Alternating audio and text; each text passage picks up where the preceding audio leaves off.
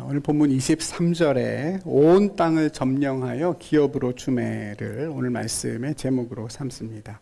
이 말씀이 저와 여러분의 삶이 되기를 바랍니다. 지난주 가나안 북부 전쟁의 승리를 끝으로 이제 가나안 온 땅이 이스라엘의 수중에 다 들어왔습니다. 오늘 본문은 그동안의 그런 모든 과정들을 간단하게 요약하면서 이번 가나안 전쟁을 큰 틀에서 마무리하고 있습니다. 이스라엘의 경계가 되는, 그 땅의 경계가 되는 지역들을 여러 곳들 열거하고 또 그 땅을 여러 지파들에게 분배하는 일에 대해서도 오늘 마지막 절에는 언급이 되어 있어서 겉으로만 보면 오늘 본문의 마지막 문장처럼 드디어 그 땅의 모든 전쟁이 다 그친 것과 같은 그런 모습입니다. 가나안 땅에서의 첫 전투였던 여리고성 정복이 여호수아 6장에 기록되어 있었고, 오늘 이 본문이 11장이라는 걸 감안해 보면 이 당시에 가나안 전쟁이 얼마나 빠르고 또 놀라운 승리였는지를 짐작할 수 있습니다. 정복한 땅을 각 지파들에게 분배하는 내용이 13장부터 21장까지 9장에 걸쳐서 기록된 반면에 그 전쟁의 내용을 기록하는 부분은 성경 단 6장이 할애됐을 뿐입니다. 이것이 더 놀라운 이유는 이스라엘이 430년 동안 애굽에서 노예로 살다가 광야로 나왔고 또 광야에서도 40년 동안이나 나그네로 떠돌던 별 볼 일 없는 민족이었기 때문입니다. 그런 이스라엘 백성들이 철병거까지 가지고 있는 가나안의 모든 족속을 다 쳐서 이렇게 짧은 시간 안에 정복했다는 사실은 엄밀히 말해서 참 합리적인 설명이 불가능한 일입니다. 우리야 하나님을 믿기 때문에 이 내용을 사실로 받아들이는데 그렇게 큰 어려움이 없습니다만, 누군가 이 역사의 사실성을 제기한다고 해도 전혀 이상한 일이 아닙니다. 워낙 오래전의 일이기 때문에 고고학적인 근거도 많이 부족하고, 그래서 가나안 정복전쟁을 합리적으로 설명하려고 하는 많은 학자들의 노력들이 다수 존재합니다. 말 그대로 하나님의 개입이 없이는 도저히 설명하기 어려운 그런 놀라운 사건이 바로 이 가나안 정복 전쟁이라는 뜻입니다. 물론 가나안 이 전쟁이 짧고 간결하게 기록이 되어 있다고 해서 전쟁의 과정도 그랬느냐, 그렇게 간단하지는 않았습니다. 그것을 보여주는 가장 대표적인 구절이 오늘 본문에 나오는 18절입니다. 여호수아가 그 모든 왕들과 싸운 지가 오랫동안이다 그랬습니다. 오래 싸웠습니다. 짧지 않았습니다. 얼마나 오랫동안 싸웠는가? 학자들은 대략 7년이라는 것에 동의합니다. 그렇게 추정하는 근거는 갈렙의 나이 때문입니다. 애굽에서 나온 지 2년이 지났을 때 가데스 바네아에서 가나안 땅에 12명의 정탐꾼을 보내게 되죠. 그때 갈렙도 함께 있었고, 그때 갈렙의 나이가 40세였다고 성경에 나옵니다. 그리고 그때부터 시작된 광야 세월이 38년이죠. 그러니까 요단강을 건너서 가나안 땅에 들어왔을 때 갈렙의 나이는 78세가 됩니다. 가나안 전쟁이 거의 다 끝나고 헤브론 땅을 자신에게 주십시오, 갈렙이 여호수아에게 요청했을 때 본인의 나이가 85세다 이렇게 이야기를 했으니까요. 85에서 78을 뺀 그 7년이 실제 가나안 전쟁의 기간으로 보는 것입니다. 물론 보기에 따라서는 7년이라는 세월도 짧지 않을 수 있겠습니다만, 누구에겐 짧겠지만 어쨌든 이 가나안 정복 전쟁은 생각처럼 그렇게 간단하지 않았습니다. 일사천리로 그냥 신속하게 금방 끝난 것이 아니고 오래 걸렸습니다. 하나님이 도와주시고 하나님이 약속하신 땅이니까 별로 큰 어려움도 없이 그냥 다 금방 승리할 수 있었던 것이 아닙니다. 오래 쉽지 않았습니다. 그 긴 어려운 긴 시간을 성경이 다 일일이 기록하지 않았을 뿐입니다. 그걸 다 기록하려고 하면 정말 하늘을 두루마리 삼고 바다를 먹물 삼아야 될지도 모릅니다. 싸운 지가 오래됐다, 그 한마디에 그 긴 녹록지 않았던 전쟁의 시간들이 다 녹아 있습니다. 얼마 전에 제가 그런 문자를 하나 받았습니다. 말씀을 듣고 은혜를 받아서 감사합니다, 목사님. 그런 일반적인 문자였는데 그 뒤에 한마디가 덧붙여져 있었습니다. 목사님 그렇게 설교하시느라고 얼마나 오래 고되게 준비하셨을지 그 수고에 감사하면서도 참 안쓰럽게 여겨진다 하는 이야기였습니다. 그 내용을 읽는데 제 마음 한구석이 이렇게 아려오는 느낌이 들었습니다. 누가 어떤 결과보다는 그 과정을 인정해 줄 때의 그 감동이 느껴졌어요. 그 사랑이 그런 게 아닌가 생각이 됐습니다. 어떤 결과보다는 그 과정을 헤아려 주는 마음, 그런 게 사랑이 아닌가 생각을 해봤습니다만, 살면서 그런 일은 자주 일어나는 일은 아닙니다. 우리 삶이 다들 남의 과정까지 다 생각해 주면서 살기는 한가하지 않은 삶이고, 또 무엇보다 나만 그런 과정들을 겪으며 사는 것이 아니기 때문입니다. 이스라엘 백성들의 고된 전쟁의 삶을 성경이 일일이 기록하지 않는 것도 마찬가지입니다. 그걸 다 기록하고 이야기하면 오히려 감동의 여백이, 또 은혜의 여백이 다 사라져서 울고 짜는 심파만 남게 되기 때문입니다. 말씀을 준비하느라 얼마나 고생하셨냐고 안타까워하는 분에게 제가 얼마나 힘들게 준비했냐면요, 미주알, 고주알 하나부터 열까지 다 제가 설명하면 어떻겠어요? 그 있던 감동이 다 사라지겠죠. 힘들긴 뭐가 힘듭니까? 그냥 좀 오래 걸릴 뿐입니다. 한마디면 충분한 것입니다. 어쩌면 오늘 이스라엘 백성들의 승리는 이 오랫동안이라 하는 이 한 구절 속에 다 들어있는지도 모른다는 생각을 해봅니다. 그들은 오래 싸웠고 끝까지 싸웠습니다. 광야 40년 세월을 다시 한번 선택한 것이 아니고 7년의 전쟁을 택했고 그 길고 거친 세월을 다 충실히 살아냈습니다. 나중에도 말씀드리겠지만 사실은 7년보다 훨씬 더 긴 시간을 싸워야 했습니다. 그러나 그 과정을 내 삶으로 받아들이고 이스라엘은 기어이 그 땅의 주인이 됐습니다. 여러분, 이와 같은 삶이 그렇게 말처럼 쉬운 것이 아니라는 사실을 우리는 잘 압니다. 성경에도 나오지요. 처음 출애굽을 했던 이스라엘 백성들은 그 전쟁을 택하지 않았습니다. 하나님이 승리를 약속했다고 해서 아무나 그런 전쟁을 선택하고 살아낼 수 있는 건 아닙니다. 오랜 전쟁이라면 그걸 내가 받아들이는 것 자체만으로도 대단히 어려운 일입니다. 여러분이라면 어떻게 하시겠습니까? 만약 7년 이상의 치열한 전쟁을 치러 가나안 땅에 정착할 수 있는 기회가 있고, 또 아니면 만나와 메추라기가 늘 있고 구름기둥과 불기둥이 인도하는 40년의 광야 세월이 있다. 둘 중에 하나를 택할 수 있다면 여러분은 어느 쪽을 택하여 사시겠습니까? 권사님 어느 쪽을 택하시겠어요? 전쟁을. 결과가 나와 있으니까. 규복 집사님은 어떻게 하실 것 같아요? 7년 전쟁을. 역시 우리 교회 성도님들은 다 목사만 빼고 다 재미삼아 드리는 질문 같지만 실은 성도의 삶을, 운명을 본질적으로 규정하는 대단히 중요한 질문이기도 합니다. 아시는 것처럼 출애굽의 목적은 광야가 아니라 가나안이기 때문입니다. 전쟁이 아주 오래 걸렸다는 것과 함께 이 가나안 전쟁에 대해서 오늘 본문이 우리에게 말해주는 중요한 한 가지 진실이 더 있습니다. 그래서 오늘 본문 23절과 연관이 되어 있는데요. 이와 같이 여호와께서 모세에게 말씀하신 대로 그 온 땅을 점령하여 이스라엘 지파의 구분에 따라 기업으로 주매 그 땅의 전쟁이 그쳤다 그랬습니다. 근데 문제는 전쟁이 그쳤다는 말씀에도 불구하고 실은 정말로 모든 전쟁이 다 끝난 것은 아니라는 사실입니다. 오늘 본문에 보면 가나안 온 땅을 점령했다는 표현이 계속 나옵니다. 시작할 때도 나오고 끝날 때도 나옵니다. 온 땅을 점령하여 각 지파에게 나누어졌다. 그러니까 오늘 본문에 나오는 여러 가나안의 지명들은 이스라엘 백성들이 정복한 가나안의 땅이 어디에 이렇게 조금만 있는 것이 아니고 남부에서부터 저 북부 끝까지 충분히 완전히 다 전 영토에 이르고 있다는 사실을 강조합니다.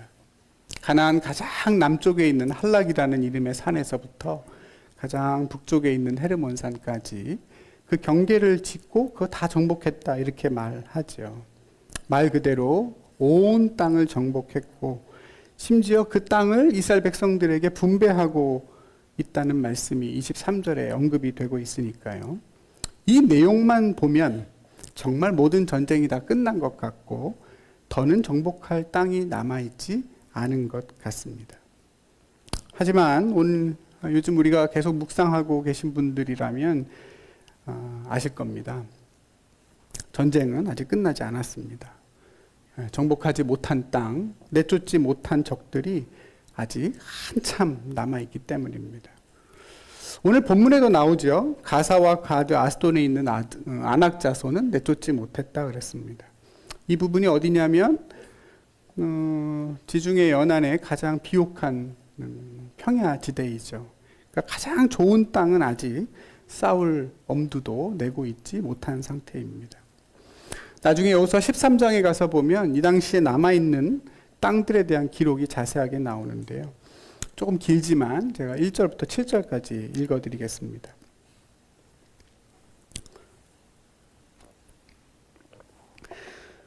여호수아가 나이가 많아 늙음에 여호와께서 그에게 이르시되 너는 나이가 많아 늙었고 얻을 땅이 매우 많이 남아있도다.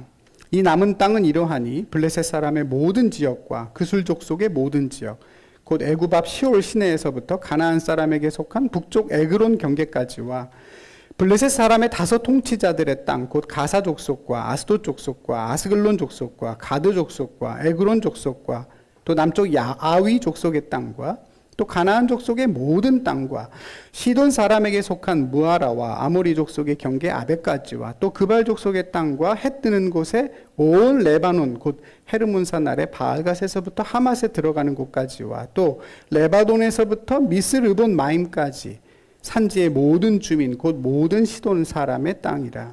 내가 그들을 이스라엘 자손 앞에서 쫓아내리니 너는 내가 명령한 대로 그 땅을 이스라엘에게 분배하여 기업이 되게 하되 너는 이 땅을 9지파와 므낫세 반지파에게 나누어 기업이 되게 하라 하셨더라. 어떻습니까 여러분? 엄청 많이 남았죠? 엄청 많이 남았죠. 온 땅을 점령했다는 말이 무색할 정도입니다. 아직 정복해야 할 땅이 이렇게나 많이 남아있다는 사실도 놀랍지만 그렇게 남아있는 땅을 성경이 일일이 다 기록하고 있는 것도 신기합니다. 전쟁은 다 끝났다고 했고 이제 그 땅을 각 지파에게 분배하고 있는 마당에 이렇게 아직도 정복해야 할 땅이 많이 남아있다라고 말하는 것은 뭔가 앞뒤가 잘 맞지 않는 것 같습니다. 그렇지 않습니까? 사실 이번 가나안 전쟁을 우리가 차분히 복기해 보면 보통의 전쟁과는 다른 한 가지 특이한 점을 발견하게 됩니다. 그것은 여호수아가 어떤 성 하나를 정복했을 때 그 정복한 성에 이스라엘 백성이나 어떤 지파를 거주하게 해서 그걸 점령하게 하지 않았다는 것입니다. 어떤 하나의 성을 정복하면 이스라엘 백성들이 다 같이 다시 길갈로 돌아오죠. 본진이 있는 길갈 지역으로 다시 왔다가 다시 또 어떤 지역을 정복하러 가는 시기입니다.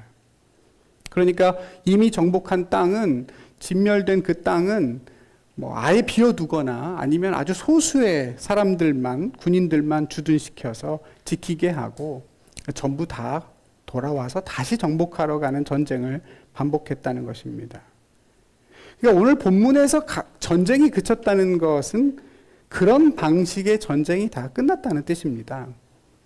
이스라엘 백성들이 여호수아와 함께 다 같이 가서 싸우는 전쟁, 각 지역의 가장 중요한 요충지나 가장 강한 성들을 장악하는 대규모 전면전이 다 마무리가 됐다는 이야기입니다.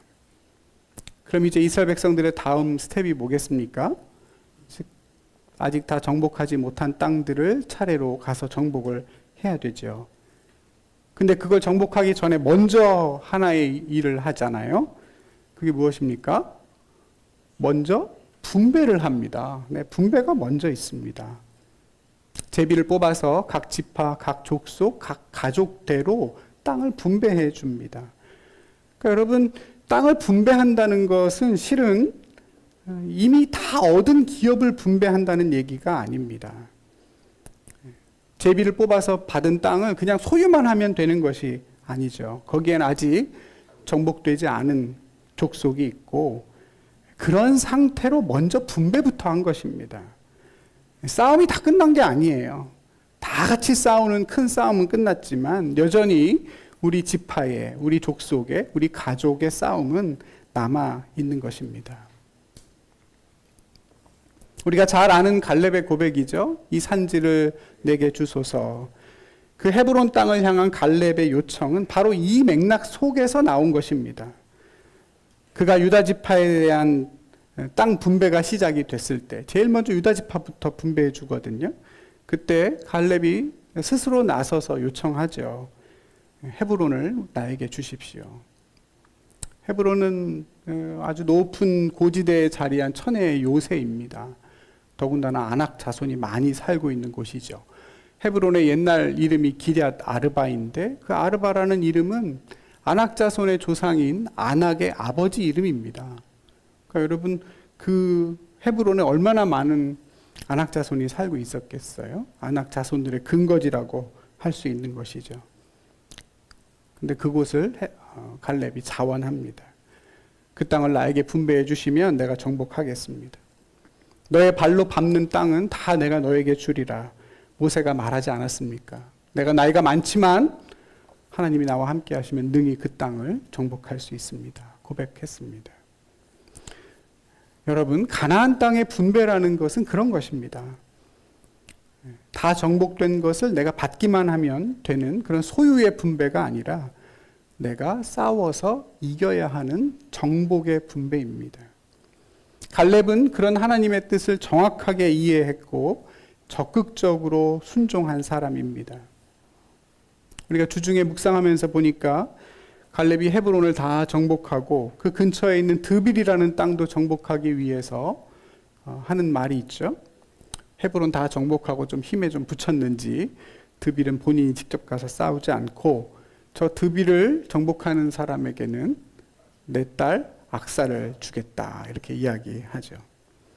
그러자 온니엘이라고 하는 용감한 청년이 나서서 제가 드빌을 정복하겠습니다 해서 그의 딸 악사와 결혼하게 됩니다. 예나 지금이나 용기 있는 자가 미인을 얻는 것이고 하나님의 나라도 마찬가지입니다. 다 정복된 땅을 우리에게 주는 것이 하나님의 나라, 하나님의 기업이 아니죠. 믿음으로 각자가 정복해야 할 땅을 우리에게 주시는 것이기 때문에 믿음의 용기를 가진 자가 하나님의 나라를 기업으로 얻어서 누리는 것입니다. 여러분, 모든 이스라엘 지파, 이스라엘 백성들이 다 갈렙 같고 온니엘 같았던 것이 아닙니다. 어떤 지파는 결국 자신이 분배받은 땅을 정복하지 못하고 오히려 다른 곳으로 밀려나 살아야 했습니다. 대표적인 경우가 바로 단지파이지요. 원래 단지파는 아까 말씀드렸던 그 지중해 연안의 비옥한 지대를 분배받았습니다. 지도를 한번 띄워봐 주시겠습니까? 잘 보이실지 모르겠는데요. 제가 이렇게 하트 비슷하게 그 표시해 놓은 지역 보이시죠, 여러분? 네, 거기가 이제 단지파가 분배받은 땅입니다. 근데 그 왼편으로 보면 블레셋이라고 적혀 있는 지역이 보이시죠? 저곳이 바로 아스돗과 가사와 가드가 있는 땅이고 아낙 자손이 거주하고 있습니다. 근데 저곳을 결국에는 그 블레셋 때문에 포기합니다. 저 지역을 내려놓고 어디로 올라가냐면 저 위에 제가 저 샵 우물정자처럼 되어 있는 저곳으로 옮겨가서 그곳에 거주하게 되죠. 이미 12지파가 땅을 다 분배받은 상태이기 때문에 갈 데가 저런 데밖에 없습니다.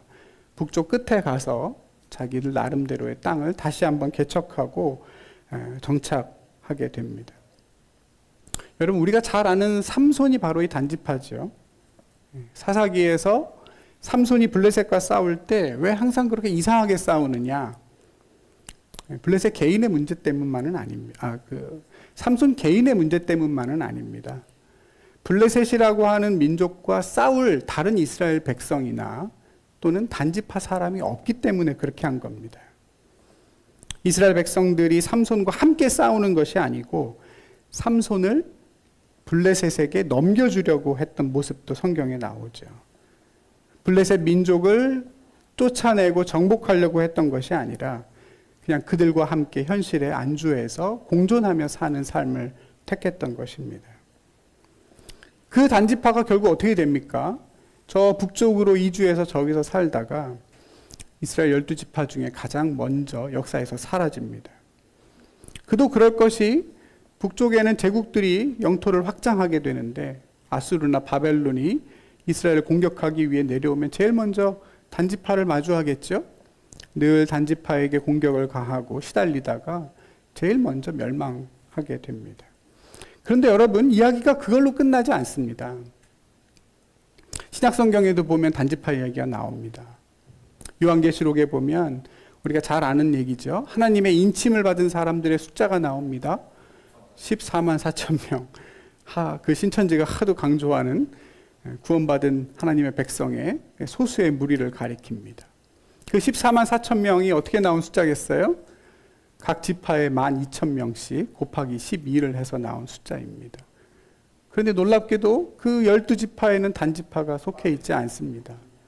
단지파는 빠져 있어요. 대신에 가나안 땅에는 기업이 없었던, 하나님만을 기업으로 가지고 있기 때문에 땅은 기업으로 받지 못했던 레위 족속이, 레위 지파가 단지파 대신에 들어가 있습니다. 저와 여러분이 이 땅에서 어떤 마음가짐으로 하나님의 나라를 살아내려고 하느냐, 여러분, 그것이 성도의 운명에 얼마나 중요한 문제인지를 헤아려 볼 수 있는 그런 대목입니다. 나중에 다시 한번 열어두시기 바랍니다. 사랑하는 우리 성도 여러분, 저와 여러분의 삶은, 성도의 삶은 하나님이 우리에게 약속하신 그 기업을 향한 오랜 싸움으로 점철되어 있습니다. 우린 단순히 예수님이 승리하신 그 구원과 그 전리품을 나눠서 받는 방식으로만 하나님의 나라를 사는 게 아닙니다. 우린 싸워야만 하고 정복해야만 하는 것들을 우리 각자의 기업으로 분배받습니다. 세상에서 너희가 환난을 당하나 담대하라. 내가 세상을 이겼다. 주님 말씀하시죠. 그러나 그 말씀이 우리가 감당해야 할 모든 싸움을 주님이 다 싸워 이겨주셨다는 뜻이 결코 아닙니다. 그래서 마치 오늘 여호수아가 이루었다고 하는 그 승리와 같은 것이죠. 가장 세고 가장 중요한 왕의 목을 밟은 것입니다. 가나안의 가장 중요한 핵심적인 성들을 정복한 것이죠. 그러나 모든 싸움이 다 끝난 게 아닙니다. 우리 각자가 정복해야 할 땅과 적들이 여전히 남아있고 그 땅을 기업으로 나누어 주시는 주님이 오늘도 우리를 그곳으로 보내고 계십니다. 십자가와 부활을 통해서 예수님이 다 이기셨다고 하는데 왜 세상이 이렇게 그때나 지금이나 다른 게 없습니까, 여러분? 왜 세상에는 죄와 사망의 권세가 여전하고 저와 여러분의 삶에는 이토록 곤고한 싸움이 끊임없이 이어지고 있는 것입니까? 어째서 죄 하나를 이겨내기가 이렇게 어렵죠, 여러분? 왜 우리는 지금도 선교해야 하고 우리도 어려운데 더 어려운 이유들을 찾아가야 합니까? 그냥 예수 믿다가 잘 살다가 죽어서 천국 가면 되는 게 아니라 왜 하나님의 나라는 뭐고 부르심은 뭐고 왜 그런 고민들을 사서 해야 합니까? 예수님은 이미 다 부활하셨는데 왜 성경은 그리스도에게 남은 고난이 있다고 말하고 왜 바울은 그 고난을 자기 육체에 채운다라고 고백하는 것입니까? 우리의 싸움이 아직 끝나지 않았기 때문입니다. 세상에서 너희가 환난을 당하나 담대하라 내가 세상을 이겼다. 그 끝에는 마침표가 찍혀 있는 게 아니라 쉼표가 찍혀 있는 거죠. 내가 세상을 이겼으니 이제 너희는 가서 쉬어라. 그런 게 아닙니다. 너는 너의 싸움을 마저 싸우라는 것입니다. 하나님의 나라는 결코 싸우지 않고 얻어지는 나라가 아닙니다. 성도는 반드시 싸워서 정복해야 되는 운명이지 하늘에서 떨어지는 만나나 메추라기를 바라며 광야를 헤매는 운명이 아닌 것입니다. 가나안의 모든 족속 중에 딱 한 민족만 스스로 화친을 청해 왔습니다. 다 아시는 기브온이라는 민족이죠. 그 하나만 항복했습니다. 적이 제 발로 찾아와서 스스로 항복하는 일은 우리 인생에 거의 없다는 뜻입니다. 다 내가 직면하고 맞서서 싸워 이겨내지 못하면 그대로 있는 것입니다. 오늘 본문에 보니까 심지어 하나님 뭐라고 말씀하시죠? 왜 아무도 화친을 청하지 않고 그들의 마음이 그렇게 강팍하냐? 왜 그들이 그토록 완고하게 저항하며 다 멸절되기를 운명을 맞았느냐? 누가 했다고요? 하나님이 그렇게 하셨답니다. 그들이 스스로 돌이켜서 항복하는 일들을 하나님이 막으셨대요. 그들의 교만한 마음을 그대로 두어서 이스라엘이 기어이 맞서 싸워 정복하도록 그렇게 하나님이 그들을 버티게 하신답니다. 저와 여러분의 인생에 놓여있는 많은 문제들도 마찬가지겠죠. 기다리기만 해서는 아무것도 달라지지 않습니다. 하나님이 그들의 마음을 어떻게 부드럽게 만들어서 우리에게 항복하게 하시지 않습니다. 내가 직접 직면해야 하고 기도해야 하고 맞서 싸워야 하고 발로 그 땅을 밟아야만 하고 피 흘리기까지 싸워야만 합니다. 성도의 평화, 성도가 누리는 평화는 전쟁이 없는 평화가 아닙니다, 여러분. 내가 싸워서 이기고 정복한 뒤에 누리는 평화가 하나님의 나라의 평화라고 성경은 분명히 이야기합니다. 가나안 전쟁을 요약하는 오늘 본문에 유독 한 족속의 이름이 강조돼서 나오는 걸 봅니다. 오늘 21절과 22절에 하나의 족속이 등장하지요, 여러분. 그게 누구입니까?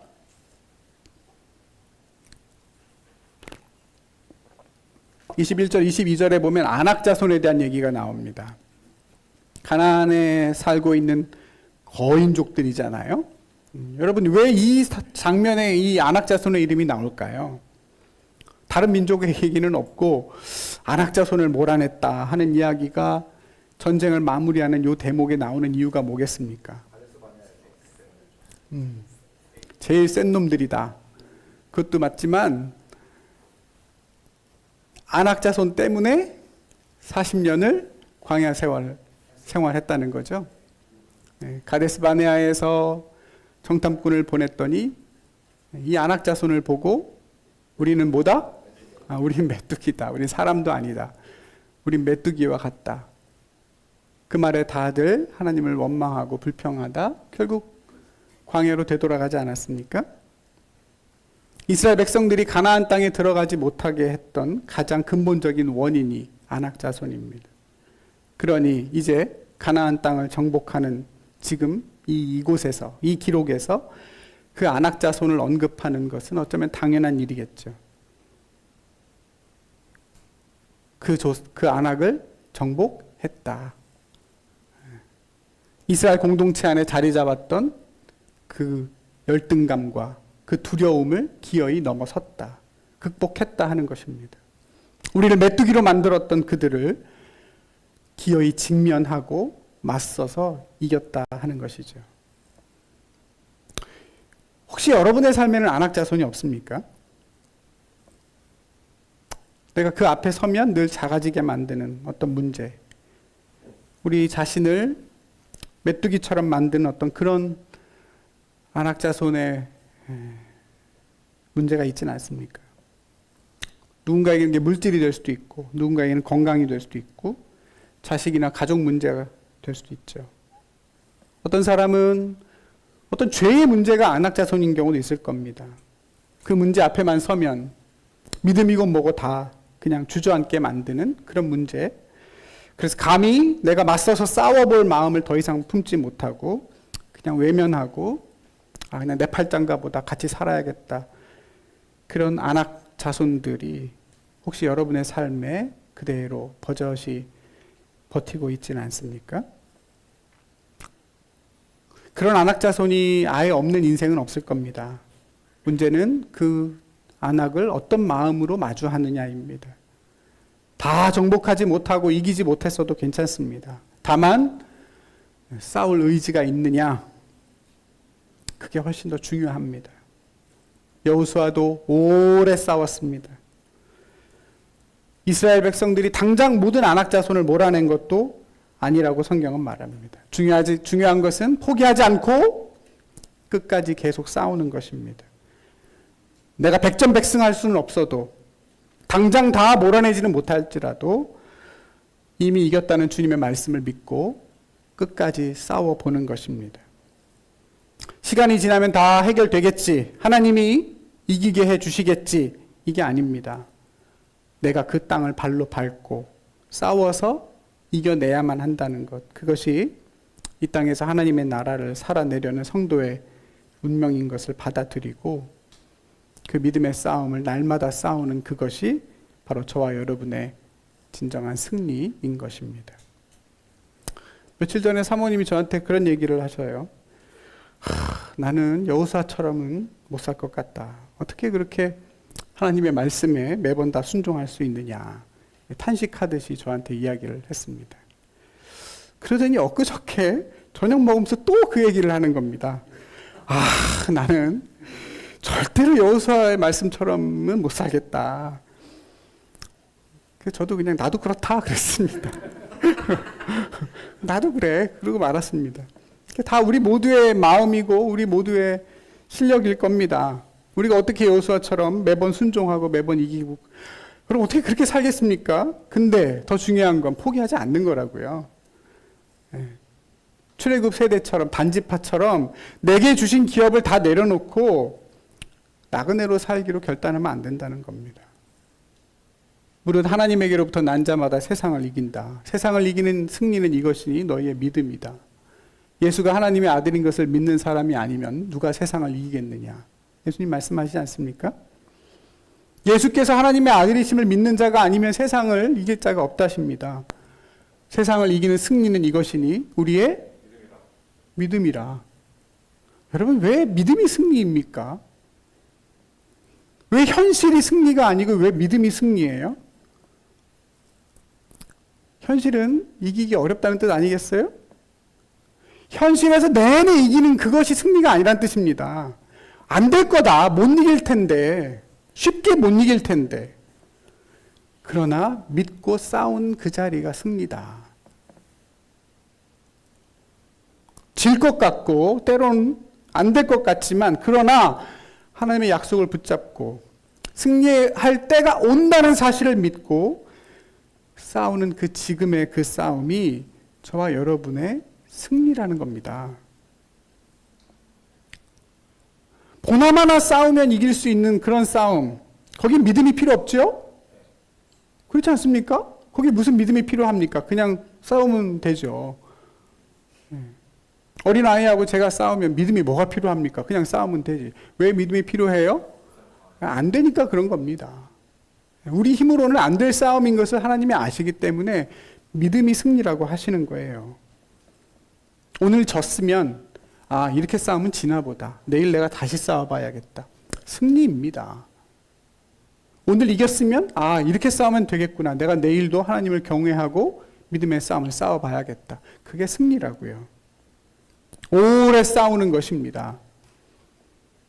만나와 메추라기 먹으며 구름기둥과 불기둥이 있는 광야에서 사는 것이 아니라 믿음의 싸움을 오래 싸워가는 그 삶의 과정 자체가 저와 여러분에게 주어진 믿음의 승리라는 사실을 여러분 잊지 마시기를 바랍니다. 이왕이면 갈렙처럼 저거 나한테 주십시오. 스스로 먼저 도전하고 부딪혀보는 믿음이면 금상첨화입니다. 감당할 힘과 믿음을 내게 주셨으니 그만큼 어려운 거 제가 한번 감당해 보겠습니다. 남들 어려워서 다 못한다고 하는데 하나님 제가 한번 해보겠습니다. 그 마음이 갈렙의 마음이고 저와 여러분의 마음 되면 좋겠습니다. 집사님 지도 한번 다시 한번 떼어봐 주시겠어요?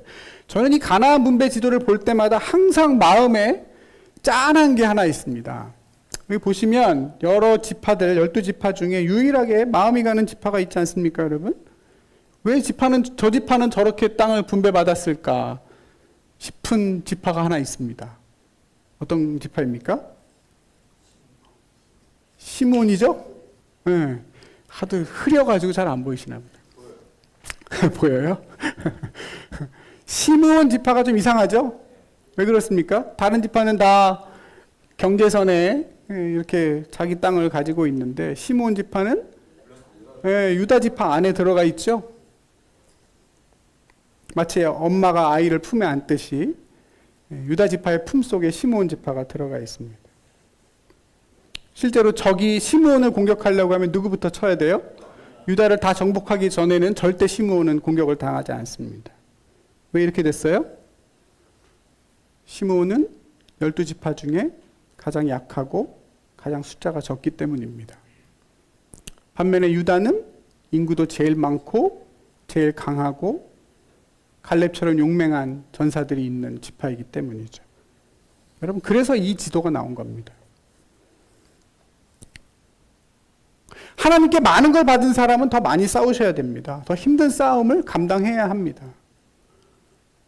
다 싸워야 되니까 똑같이 싸우는 게 아닙니다.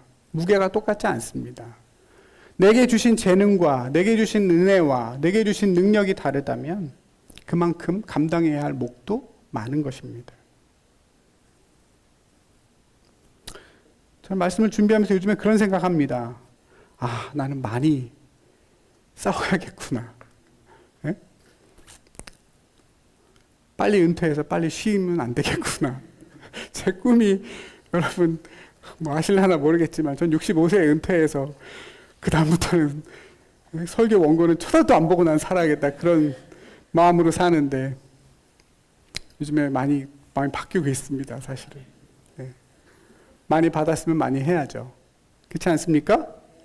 좋은 믿음의 부모 만나서 어릴 때부터 부모의 신앙 안에서 기도와 말씀 안에서 양육받고, 부모는 자기가 초등학교도 못 나왔으니까